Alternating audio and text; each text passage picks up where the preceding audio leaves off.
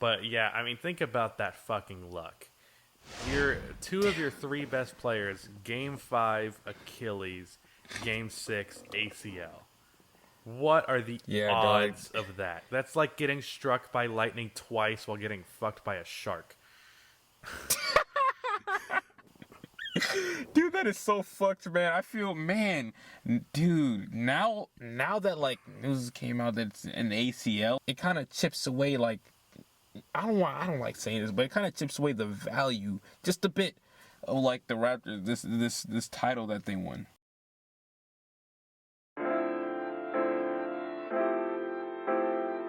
It is really hard to lose a trade where you get back a superstar right as they are entering their prime. I mean, it is really hard to come out of that trade looking like a loser. Almost impossible.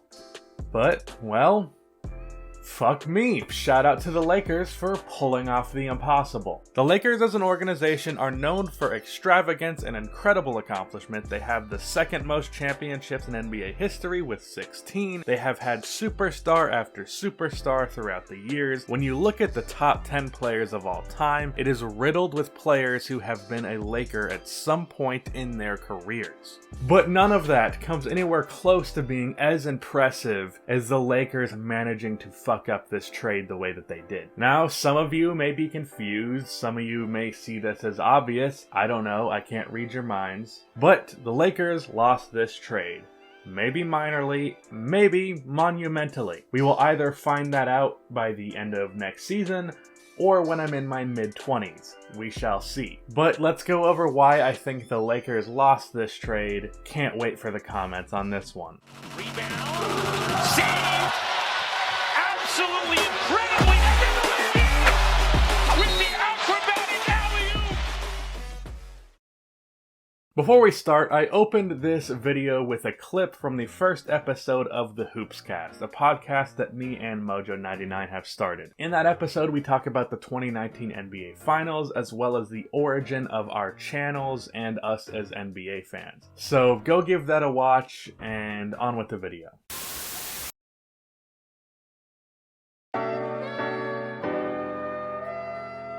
The Lakers and Pelicans made one of the biggest trades in the last decade yesterday. And to be honest, I wasn't all that hyped about it. Dealing with listening to rumors for the last at least 6 months, I was just ready for it to happen. That completely drained all of the excitement out of me. But that does not mean that I do not have a strong opinion on it. If I could choose one word to describe this trade for the Lakers, it would be short-sighted. This trade could end up being a not as bad, but potentially as bad version of the Paul Pierce-Kevin Garnett trade. Just so y'all know, because this wasn't in Woj's tweet, the Lakers essentially traded 5, not 3, but 5 first-round picks to the New Orleans Pelicans. The number 4 pick this year, a top 8 protected first next year, an unprotected pick swap in 2023, an unprotected first in 2024, and an unprotected swap in 2025. The Lakers have traded what could end up being their next 5 first-round picks with no protections outside of next year. I understand the last couple of picks are swaps, but in 2025, it's very likely that the Pelicans are a better team than the Lakers. Now, as I said in the intro, this trade could be a minor L or it could be a major L. So let's first talk about the best case scenario. Best case, Anthony Davis re-signs with the Lakers and they win 1, maybe 2 championships. In that scenario, you're obviously cool with losing Lonzo, Ingram, and some first-round picks. That's a small price to pay to pass the Celtics in championships, and LeBron getting another ring or 2 would be dope, as well as seeing Davis win 1. In that scenario, you can acknowledge that the Lakers gave up a little bit too much, but you're happy to live with the results. Nobody in LA would be losing any kind of sleep over it. Another scenario, the worst case one, which is more likely than I think people are willing to admit, that scenario would be Anthony Davis realizing that he doesn't fuck with LA or LeBron like he thought he would, and then he leaves. I don't know where that would be, but the odds of that scenario transpiring are a lot higher than I think most would think. But Rusty, AD said that he wants to re-sign with the Lakers already. Bitch. I shared it with some of my teammates as well as the organization and everyone else in Boston. You guys will have me back. I plan on re-signing him next year. That verbal commitment means nothing. Verbal commitments, period, pretty much mean nothing. AD hasn't even set foot in the Lakers locker room yet. There are a million different factors that could change that he would notice and that would make him say, fuck LA. You just never know. So I think there is a real possibility that Anthony Davis changes his mind about wanting to play for the Lakers after next season. Which would mean that the Lakers would have traded away their entire future, their young players, and the next 5 years worth of picks for 1 year of Anthony Davis. Kevin Durant said there was a toxic thing that came with playing with LeBron James. The way that the media treats LeBron's teammates, the way that fans treat his teammates, the way that LeBron can sometimes minimize another superstar's impact. Maybe Davis doesn't like playing second fiddle to LeBron. One of the things that comes with being a superstar playing with LeBron is that you will get minimal credit for your team's success. As soon as you become teammates with LeBron, you are no longer just a player, you are LeBron's teammate. And this is not me trying to slander LeBron. This is all just to say that there is an environment around him that Anthony Davis very well may not enjoy. Most of that is not the fault of LeBron James, but it's just the reality. So maybe AD doesn't like the way that the media and fans view him, doesn't like getting less credit when he does well. Maybe he doesn't like his role within the offense. Maybe he doesn't like being the second fiddle. And maybe he dips. That's a real possibility. So that is the best and the worst case scenario. I want to talk about what I really think will happen. So here is my crystal ball psychic view into the Lakers' future. I think the Lakers this upcoming season, barring injury, another huge risk in this, are probably my favorites to win the championship. As long as they have a decent free agency, I think they can be the best team in the league. And side note, when I say decent free agency, I don't mean giving a max contract to Kemba Walker or something like that. What the Lakers should do is use their cap to fill out the roster with shooters and defenders. Build your offense around LeBron James and Anthony Davis, and just put shooters around that. Look into getting Patrick Beverley, Trevor Ariza, Darren Collison.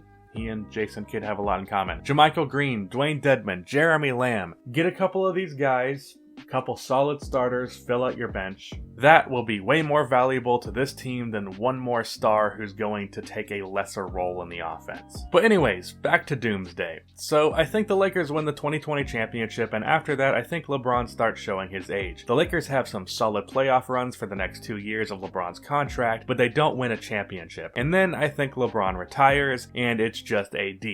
Then I think Anthony Davis finds his way out of LA. I think there is a high likelihood that Anthony Davis signs a contract for just 2 years so that he can leave when LeBron leaves. But even if he stays, assuming Kuzma doesn't become a star, I think there is a good chance that the Lakers are no longer a playoff team in 2024 and 2025 specifically. And the Pelicans at this point will be a top tier team in the West because this team has the potential to be that good. I may or may not make a video on that, I don't know, but the Pels at this point would be a very good team, and as that very good team, they would have a top lottery to mid-lottery pick from the Lakers, while Zion Williamson is entering his prime, which they could use to take more talent or trade for more talent. That's the future I see. Yes, obviously you get a ring out of that, and again, as I said, that scenario would just be a minor L, but what will for sure make the Pelicans the winner of this trade is how good they will be in the future. Whether or not a disaster happens in LA, the Pelicans have a foundation to build a multi-championship contender. While the Lakers may end up getting one championship out of all of this, I could very well see the Pelicans getting 3 or 4.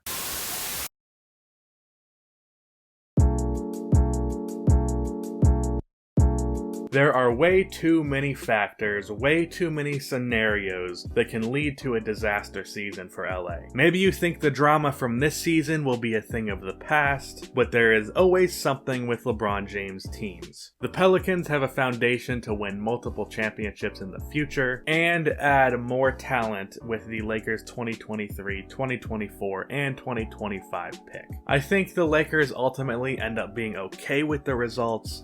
That intro was a little bit dramatic, but they definitely did not win this trade. It's easy to look at the big name and decide that whatever team got that player won, but that's just simply not the case here. 2 promising young players and 5 first-round picks. That is extreme for a dude that was on a 1-year contract. So this trade definitely could backfire. That's the end of this video. Please be sure to check out the Hoops Cast, like and subscribe to this channel and the Hoops Cast, and cue the outro music.